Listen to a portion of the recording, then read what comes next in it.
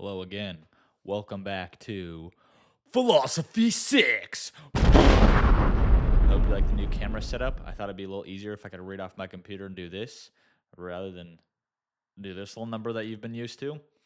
Today, I want to start with a couple definitions because my philosophical conversations with my friends have been ending in disagreements over terms recently. So let me start with some definitions. First one is objective truth, which I define as true outside of subjective experience, aka something that exists whether or not there is someone to experience it. Next term is God. I define God as an all powerful, all knowing, and all loving entity. Or the fancy way of saying this would be an omniscient, omnipotent, omnibenevolent entity. Uh, Next word, free will, which I define as the ability to act a certain way regardless of influence, which is often described as you could act a certain way in a situation, and if you had the ability to rewind the entire universe to be exactly how it was moments before that situation, you would have the ability to have acted differently in that situation. That's what free will is. And then lastly, I define happiness, emotions, and feelings, different things, but they all share the same definition, which is a label we place on certain states of brain activity, such as neuronal firing and neurochemicals, which are often triggered by external and bodily stimuli. So, happiness, emotions, and feelings are just concoctions of things going on in the brain. So, those are the definitions. Now, let's get back to the philosophy. Let's start with what I still believe.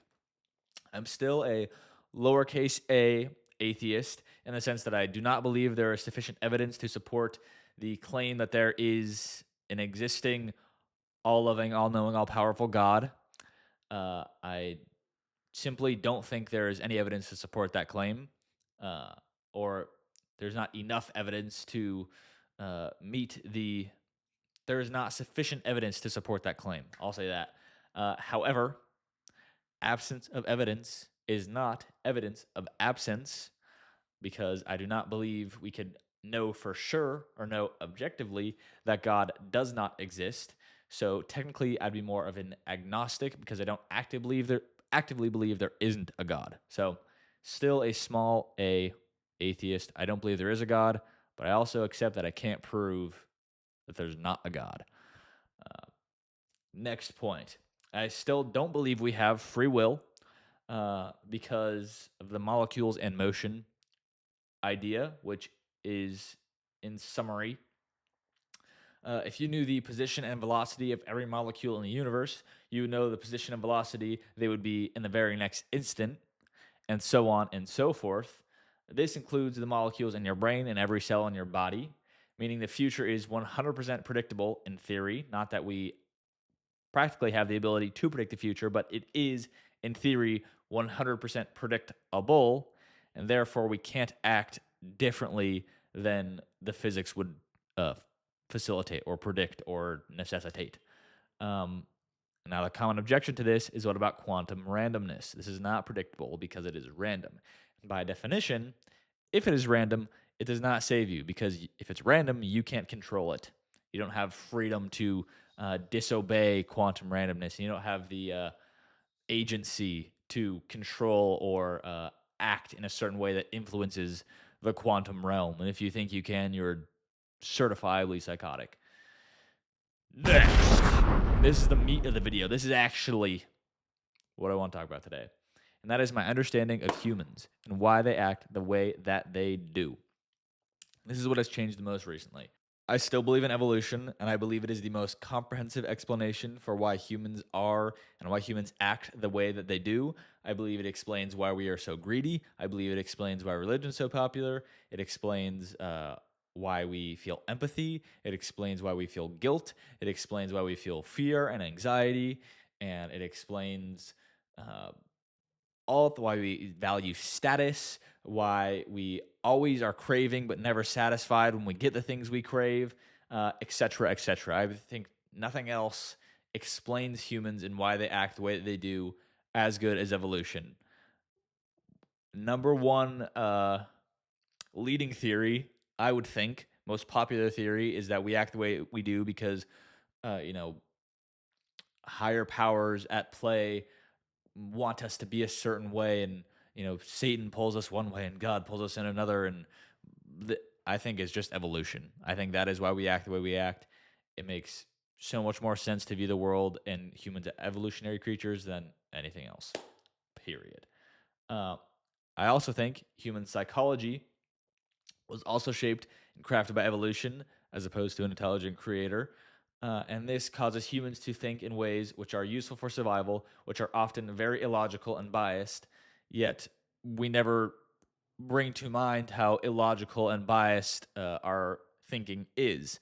Um, I mention this because I'm reading a book called Thinking Fast and Slow, which is a very long book to explain the fact that humans do not act logically and we do not have a very good intuitive grasp of reality. We very much interpret the world in the way that is uh, evolutionarily advantageous. I love the word advantageous. Um, so I think human behavior is very much crafted and molded by evolution. And I think that also explains, if not perfectly, very close to perfectly, why humans act the way that they do. And I still think that the driver holding the reins of our thoughts and actions are neurochemicals, or put differently, humans act the way that we do because of evolution, and evolution uses neurochemicals as a tool to steer behavior. Um, so that is still my stance. Neurochemicals control us. We're little slaves to neurochemicals. Not that it's a bad thing, but we evolved to act a certain way, and evolution uses neurochemicals to control us. That is my view of humans. Simple as that. And it does a pretty good job of explaining the way they act from my experience. That being said, if you haven't caught up, I have not, or if you haven't caught on, I should say, I haven't explained any reason why this is a good or bad thing, which leads me to my next point, which is my revision of nihilism and my views of nihilism and why they have slightly changed. I still believe to say whether or not something is good or bad objectively, you would need to have a grasp of objective reality, which will require you being outside of a subjective experience, which is not possible for humans. Um, Therefore, it's not possible to say whether or not something is objectively good or bad, for humans at least. Maybe there's a God who can have opinions that we don't know, we can't know about, but it's impossible for humans to have a grasp of what objective reality is, and therefore we can't say whether or not something is objectively good or bad. Therefore, uh, I'm like an agnostic nihilist, if you will.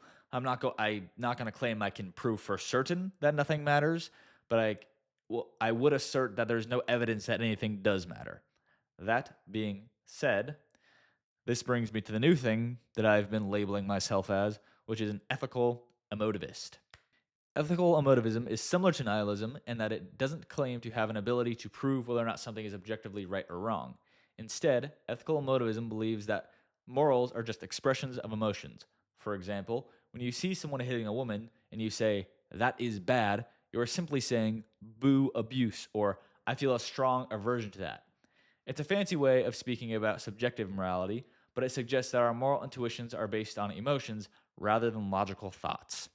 Um, to reiterate, ethical emotivism is a pushback on people who try to justify their moral opinions and say, oh, well, rape is bad because, happiness is good and rape reduces happiness, and, utilitarianism or divine command theory or like all that stuff. It simply suggests that all of our moral intuitions are simply expressions of emotions. And there's no way to prove them. There's no way to say who's right and who's wrong. But if you would like to be philosophically dubious, which I will go ahead and do now, you could combine the idea of ethical emotivism, which is that our emotions determine what we think are right and wrong, and the idea that our behavior and emotions are crafted by evolution, which is facilitated by neurochemicals. And you could say because all humans evolved via evolution, and mostly all of us that are in working order uh, feel strong emotions about certain things, like suffering bad, happiness good. You could say that for practical purposes, suffering is bad and happiness is good, although that's not objectively true. It just happens to be a thing that almost everyone subjectively believes, implicitly or explicitly. If you have followed any of what I say, you deserve a big gold star because I have been very confusing and hard to listen to. But I think this is kind of one of those things where, like, no one else can read my handwriting, but if I look back, I'll be able to understand what I was trying to say. And that's the point of this at the end of the day, because who else is watching this besides me? Anywho, thank you for listening to me. Thank you for watching. Hopefully, you gained some sort of insight or said, that's interesting at some point during this video. I promise I'm not on cocaine right now, although I may seem like it. I just drank a lot of caffeine. Okay, enough of that. I'll talk to you guys later. Okay, bye.